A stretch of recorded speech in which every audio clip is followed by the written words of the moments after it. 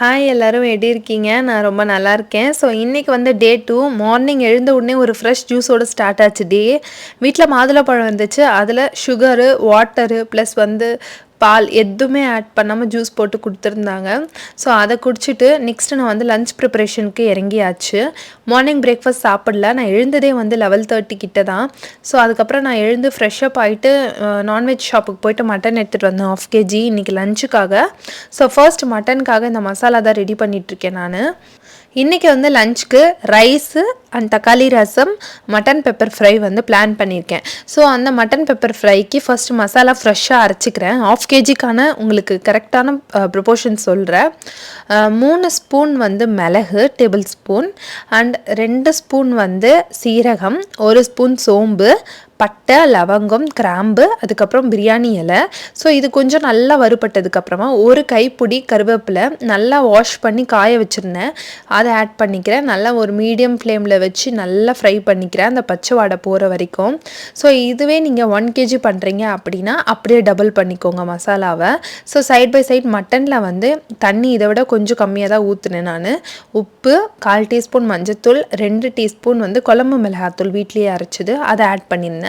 So அதை add பண்ணி 4 whistle விட்டு எடுத்தாச்சு. ஸோ ஃபஸ்ட் மசாலா பதக்கணும் இல்லையா, ஃப்ரை பண்ணணும்ல, அதை காய வச்சு பவுட்ரு பண்ணிக்கிறதுக்காக மிக்சியில் போட்டிருக்கேன். இதே நீங்கள் ஸ்டோர் பண்ணிக்கிறீங்க அப்படின்னா தயவு செஞ்சு ஆயில் ஆட் பண்ணிக்காதீங்க. நான் இப்போவுமே ஆயில் ஆட் பண்ணலை. நீங்கள் ஸ்டோர் பண்ணுறது இருந்தால் ஆயிலோ வாட்டரோ எதுவுமே ஆட் பண்ணக்கூடாது. நீங்கள் அப்படியே வந்து அரைச்சி ஸ்டோர் பண்ணிக்கலாம். இந்த மட்டன் பெப்பர் ஃப்ரை வந்து நான் ஃபர்ஸ்ட் டைம் ட்ரை பண்ணுறேன். ரொம்பவே ஈஸியாக இருந்தது. பேச்சுலர்ஸ்க்கு இந்த டக்குன்னெலாம் சமையல் முடிக்கணும்னு எதிர்பார்க்குறவங்களுக்கு அவ்வளோ ஈஸி கை கொடுக்கும் இந்த சமையல். வந்து அவசர சமையல் கூட சொல்லலாம். ஸோ எண்ணெய் காஞ்ச உடனே நான் 2 வெங்காயம் மீடியம் சைஸ் வந்து கட் பண்ணி வச்சுருந்தேன், அதை ஆட் பண்ணிக்கிட்டு அதை வதக்கிக்கிறேன். சால்ட் ஆட் பண்ண போகிறது கிடையாது, ஏன்னா மட்டன்லேயும் ஆல்ரெடி சால்ட் ஆட் பண்ணியிருக்கோம். ஸோ லாஸ்ட்டில் வந்து டேஸ்ட் பார்த்துட்டு நம்ம பார்த்து ஆட் பண்ணிக்கலாம் அப்படின்னு சொல்லிட்டு. வீட்லேயும் கோல்டாக இருந்துச்சு அண்ட் பாட்டிக்கும் கொஞ்சம் இரும்பல் இருந்துகிட்டே இருந்துச்சு. ஸோ அதனால தான் இதை பிளான் பண்ணியிருந்தேன். ஸோ வெங்காயம் நல்லா வதங்கினதுக்கப்புறமா நான் அப்படியே அந்த தண்ணியோட மட்டனை வந்து அதுக்குள்ளே ஆட் பண்ணிட்டேன். இதுக்கு மேலே நல்லா கொஞ்சம் கொதி வரட்டும் அப்படின்னு சொல்லிட்டு. இந்த வீடியோவை நீங்கள் மண்டே பார்ப்பீங்க அண்ட் சண்டே நேற்று உங்கள் வீட்டில் என்ன சமையல் அப்படின்றத கீழே கமெண்ட் செக்ஷனில் சொல்லுங்கள், பார்த்து தெரிஞ்சுக்கலாம். அண்ட் இந்த டே 2ல் வந்து சமையல் கொஞ்சம் டிப்ஸ் தான் இருக்கும் அண்ட் அது வந்து யூஸ்ஃபுல்லாக இருக்குமான்னு எனக்கு தெரியல. அண்ட் கண்டிப்பாக வந்து டே டு டேயில் உங்களுக்கு ஹேர் கேர், ஸ்கின் கேர்லாம் கண்டிப்பாக நான் இன்க்ளூட் பண்ணுறேன்.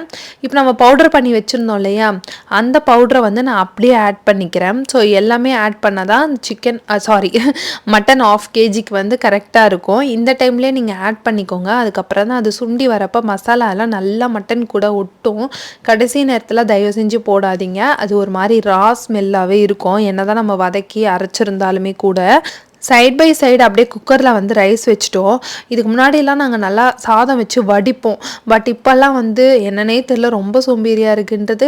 பாட்டிக்கு வந்து வடித்து செஞ்சு அப்படின்ற மாதிரி குக்கரில் வச்சிடுறாங்க, கேஸும் சேவ் ஆகும்னு சொல்லிட்டு. பட் இது வந்து கொஞ்சம் கெடுதல் தான் உடம்புக்கு. அதை நான் மாற்றுறோம், கொஞ்சம் கொஞ்சமாக நம்ம மாற்றலாம். ஸோ அதுதான் அந்த மிக்சியில் இருக்கிறது எல்லா மசாலாவையும் நோண்டி எடுத்து அதுக்குள்ளே வந்து ஆட் பண்ணி நல்லா ஃபுல்லாக மிக்ஸ் பண்ணிட்டேன்.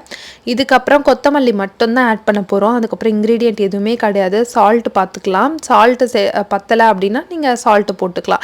ஏன்னா நம்ம ஃபர்ஸ்ட் டே மட்டன் வேக வைக்கிறப்ப இந்த குழம்பு மிளகாத்தூள், மஞ்சத்தூள், உப்பு எல்லாம் போட்டாச்சு. ஸோ இந்த மசாலாவும் போட்டாச்சு. ஸோ அதுக்கப்புறம் இப்போ மசாலாஸ் எதுவுமே ஆட் பண்ணுன்ற அவசியமே கிடையாது. தயவு செஞ்சு நீங்களும் ஆட் பண்ணிடாதீங்க. அப்புறம் அது பச்சை ஸ்மெல் வந்துகிட்டே இருக்கும், அந்த டேஸ்ட்டே உங்களுக்கு தெரியாது. இது இவ்வளோ சிம்பிளாக இருந்தாலும் தக்காளி இதெல்லாம் எதுவுமே போடாமல் பட் அவ்வளோ டேஸ்ட்டாக இருக்கும். ட்ரஸ்ட் மீ, அவ்வளோ சூப்பராக இருந்துச்சு. அண்டு எஸ், தக்காளி ரசம் ரெடி ஆயிடுச்சு. எல்லாருமே ரசம் வைப்பது அதே மாதிரி தான் நானும் வச்சேன். அண்ட் ரைஸு, அதுக்கப்புறமா இந்த சைடில் இது வந்து ரெடி ஆகிடுச்சு. எவ்வளோ சூப்பராக சுண்டி வந்திருக்கு பார்த்தீங்களா, செம்ம டெம்டிங்காக இருந்துச்சு பார்க்கவே. இப்போ கூட இதே மெத்தடில் நீங்கள் சிக்கன் கூட ட்ரை பண்ணி பார்க்கலாம், அவ்வளோ சூப்பராக இருக்கும். நெக்ஸ்ட் வந்து பாட்டி ஆயில் வச்சுக்கணும் அப்படின்னு சொன்னாங்க. நான் அதுக்காக ஆயில் ஊற்றி கொடுத்துட்ருந்தேன்.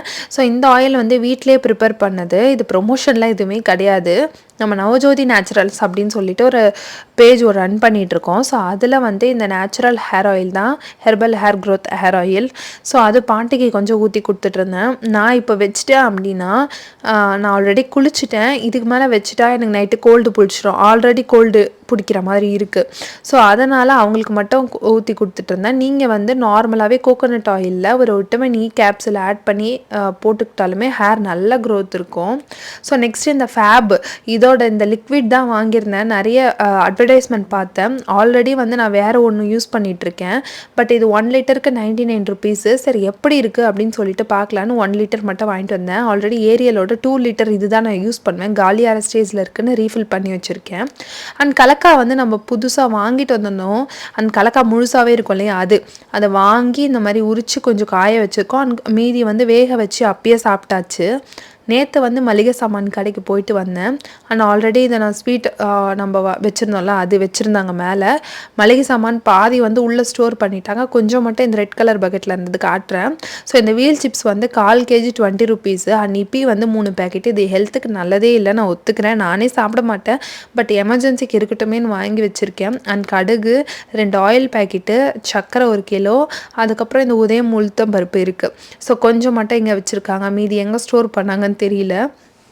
நீங்கள் மளிகை சாமான் சூப்பர் மார்க்கெட்டில் வாங்குவீங்களா, மளிகை சாமான் கடையில் வாங்குவீங்களான்றதை சொல்லுங்கள். நான் சில விஷயம் மட்டும்தான் சூப்பர் மார்க்கெட்டில் வாங்குவேன். அண்ட் சில விஷயம் கண்டிப்பாக மளிகை சாமான் கடையில் தான் ஸ்ப்ளிட் பண்ணி வாங்குவேன். ஹோப் இந்த வீடியோ உங்களுக்கு பிடிச்சிருக்கோம் அப்படின்னு நினைக்கிறேன். இன்னொரு வீடியோவில் சந்திக்கலாம். அண்ட் இந்த வீடியோ பிடிச்சிருந்தா மறக்காமல் லைக் பண்ணிக்கோங்க. பை.